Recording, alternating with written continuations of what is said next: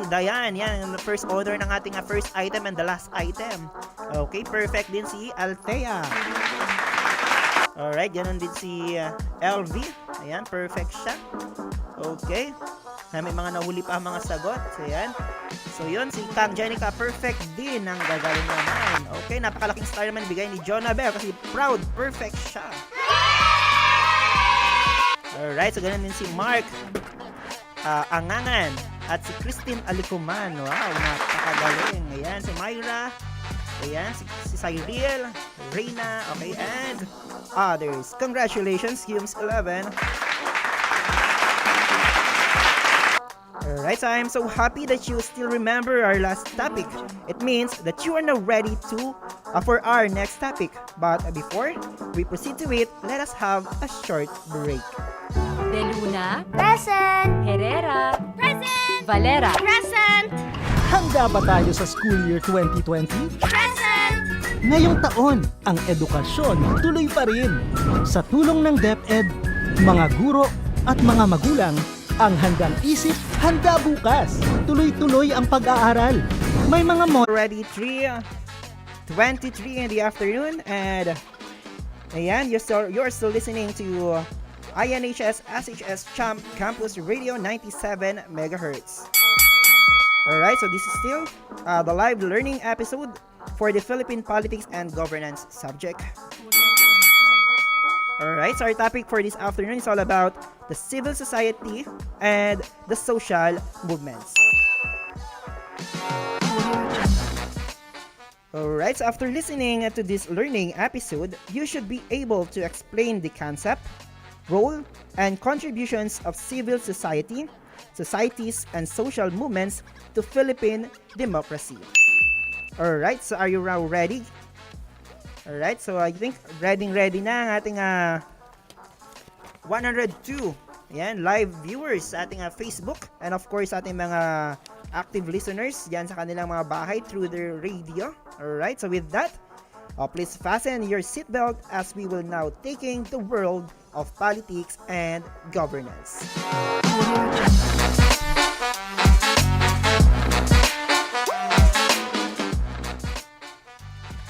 The United Nations, or the UN, defined civil society as the third sector of society, along with government and business. It also includes relevant organizations like non-government organizations. These civil society organizations are viewed by the state as partners in improving the standard living of citizens with their own set of goals and ideals. Also, the World Health Organization, or the WHO, claims that civil society is seen as social sphere separated from both the state and the market. WHO further reports that the increasingly accepted understanding of the term civil society organizations is that of non-state, non-for-profit but voluntary organizations formed by people. The basis for civil society in the Philippines comes from the Filipino concept of pakikipagkapwa, or the holistic interaction with others, and the kapwa, or the shared inner self. Voluntary assistance or charity connotes for Filipinos an equal status between the provider of assistance and the recipient, in which it is embodied in terms damayan, or the assistance of peers in periods of crisis, and pagtutulungan, or the mutual self-help. The Western notion of kawanggawa, or charity, may have been introduced to the Philippines by Catholic missionaries. The 1987 Constitution of the Philippines, forged and shaped in the aftermath of the 1986 People Power Revolution, clearly recognizes participation and empowerment, including the important role of CSOs. This may be seen in several provisions of the Constitution, most prominently in the following. From the Article 2, Section 23, the state shall encourage non-governmental, community-based, or sector organizations that promote the welfare of the nation. in Article 13, Section 15, the state shall respect the role of independent people's organization to enable the people to pursue and protect within the democratic framework their legitimate and collective interests and aspirations through peaceful and lawful means. Alright? So class, what do you think or what does the Article 13, Section 16 refers to? Okay, what do you think? So, kanina diniscuss natin yung about the Article 13, Section 15. And now, what do you think naman kung saan naman patungkol ang Section 16? Ayan, so may we see answers on your on our comment section.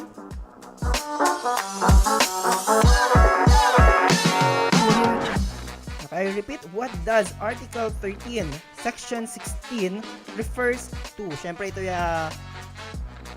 under sa ating 1987 Philippine Constitution. Ayan. So ano kaya tinutukoy ng Article 13, Section 16?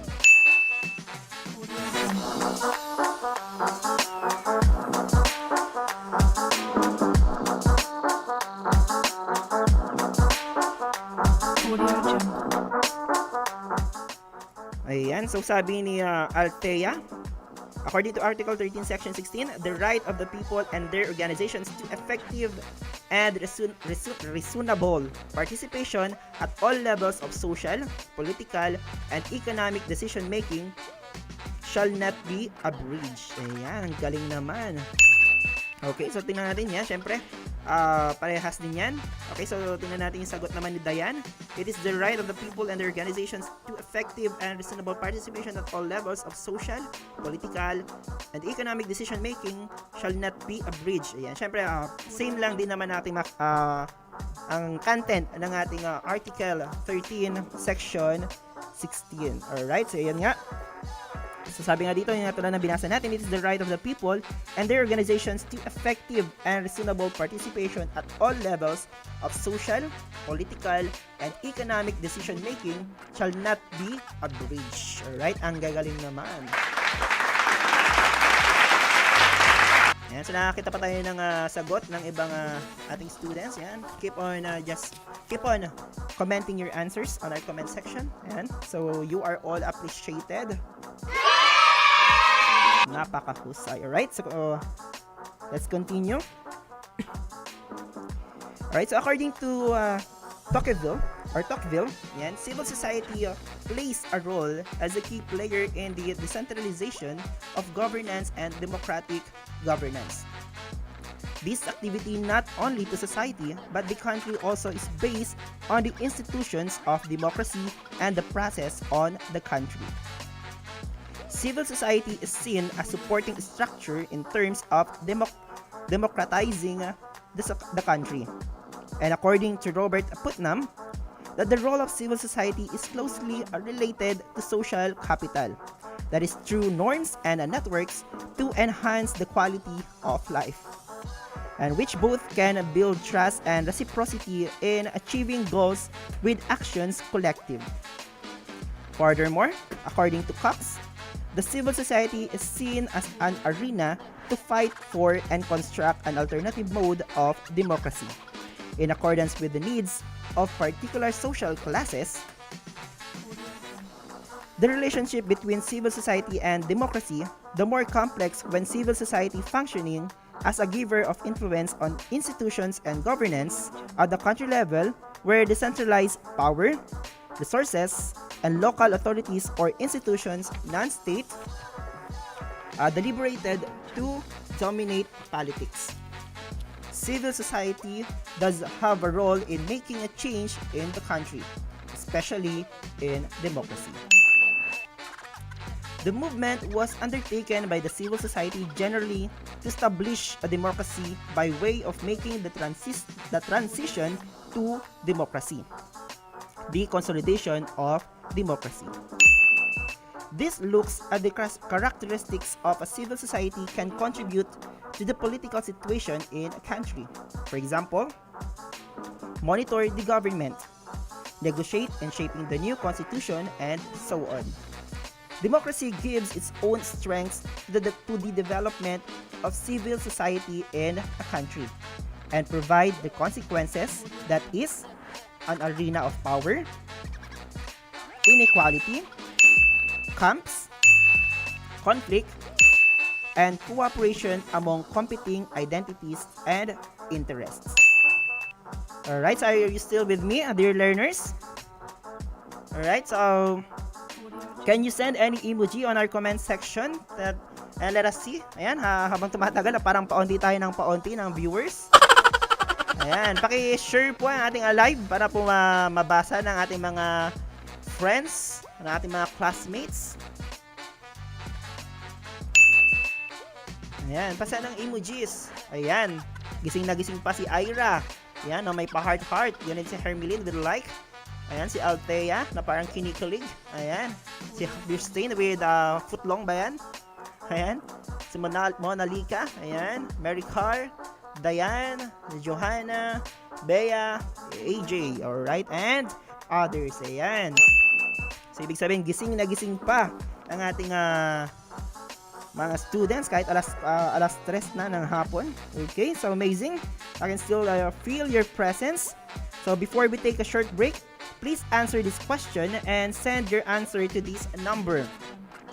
So for those who are listening to their through their radio, ayan, so please send your answer through this number 0960-533-9217. Okay, inuulit 0960-533-9217. And of course, be sure to include your name and section. Ayan. And for those who are watching through Facebook Live, ayan. Okay, so just leave your answers on our comment section. Ayan. So this is now the question. As a student, and if given a chance to initiate a program with your friends, what would it be and why? Ayan, pang Miss Universe lang to. Ayan. Okay, so I will repeat the question. As a student, and if given a chance to initiate a program with your friends, what would it be and why? Okay, so we will be reading your answers after this short break.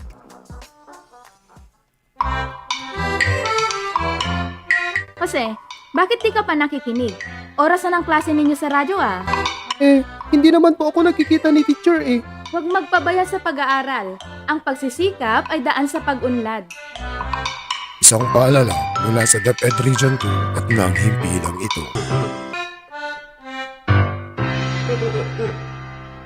De Luna, Present. Herrera, Present. Valera. Present. Handa ba tayo sa school year 2020? Present. Ngayong taon, ang edukasyon tuloy pa rin. Sa tulong ng DepEd, mga guro at mga magulang, ang handang isip, handa bukas. Tuloy-tuloy ang pag-aaral. May mga modules para sa iba't ibang antas. Sa government TV, maging sa radyo. Mahalagang ligtas ang ating mga estudyante at guro. Kaya kahit nasa bahay, tuloy ang edukasyon. Kung tulong-tulong, may paraan, may aralan. Handang isip, handa bukas. Bisitahin ang DepEd Philippines sa Facebook at ang deped.gov.ph.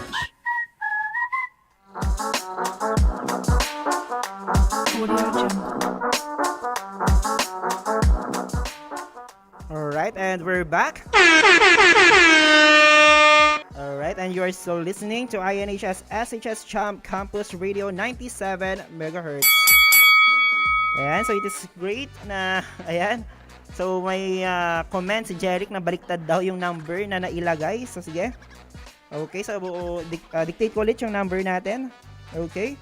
So if ever naman na you can send your answers through our comment section, just leave your answers on our comment section sa ating Facebook Live. But if you do not have, or for those who are listening through their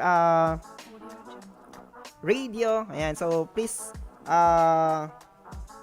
ayan, isan lang po natin yung sagot natin sa ating hotline for this afternoon. Ayan, so yun nga, naalala ko pala, iba yung naidala kong cellphone dito. Ayan, so bibigyan natin ulit na yung number natin, 0926-4732-101.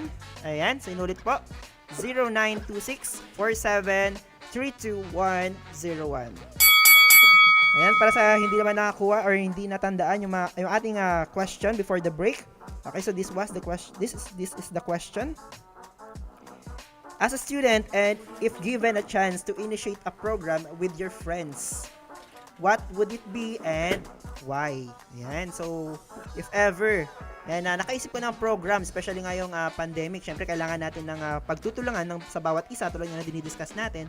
Ano kaya yung isa sa mga projects or programs na kaya mong gawin para makatulong sa mga, let's say, sa mga nawalan ng trabaho, ayan, so sa mga pamilya nila, ano kaya yung pwede natin gawin, ayan.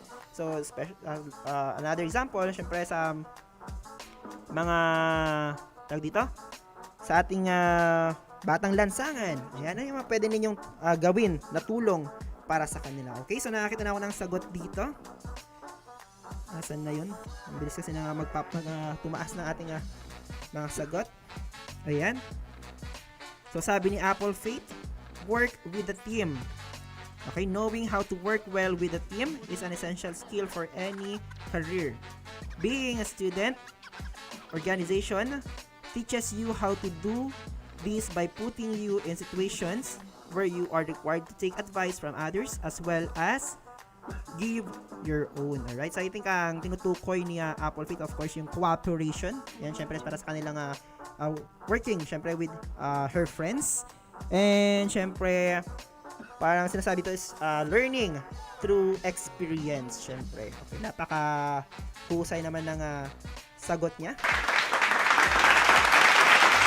Okay, sabi naman ni Nicole, as a student, the program that I will do with my friends is a tutor program. Wow, great. Awesome yan. Okay? And, ayan, because now, parents are really hard to teach their children because of lack of the time, because they have to work too. Now that we are modular, kids have some difficulties to understand the lessons. Amazing! Yan, napaka-amazing talaga ng sagot ni Nicole. Yes, talaga napaka-kailangan natin ng program na to. Syempre, yun nga, sinasabi nga kanina, it's all about the cooperation. Syempre, and yun, sharing. Okay, syempre yung mga nakakaalam na, syempre tulungan natin yung mga hindi pa masyadong nakakaalam sa mga bagay-bagay. Yun nga, through the program ni Nicole na tutor or the tutorial program. Okay? So yan, another answer we have from Nicole as a student. The program that I will do with my friends is a tutor program. Ayan, same din kay ay, siya rin pala yun, sorry. Okay. Ayan, yan, you nailed it. Sabi nga ni Sir Geraldo. Yes, di ba sir, napakagaling ni Nicole. Ayan. So, ang sagot naman ni Althea, as a student, I initiate a program with my friends is teaching children who are hard to do this setup of learning. Yan, same din kay Nicole, na kung saan tutorial program din ang kanyang gagawin. Okay, so according to Maxine naman, as a senior high school student, I will establish an organization which programs are centered on improving the mental health of youths. Amazing! Yan, talaga napakahalaga niya na Maxine. Tamang-tama yan, napapanood din yan kasi lalo na ngayon, laging na pag-iisa tayo at ayun. Pero medyo po tayong difficulty, sir? Technical difficulty, sir. Ayan, natapos yung Facebook natin. Ayan, siyempre ayan,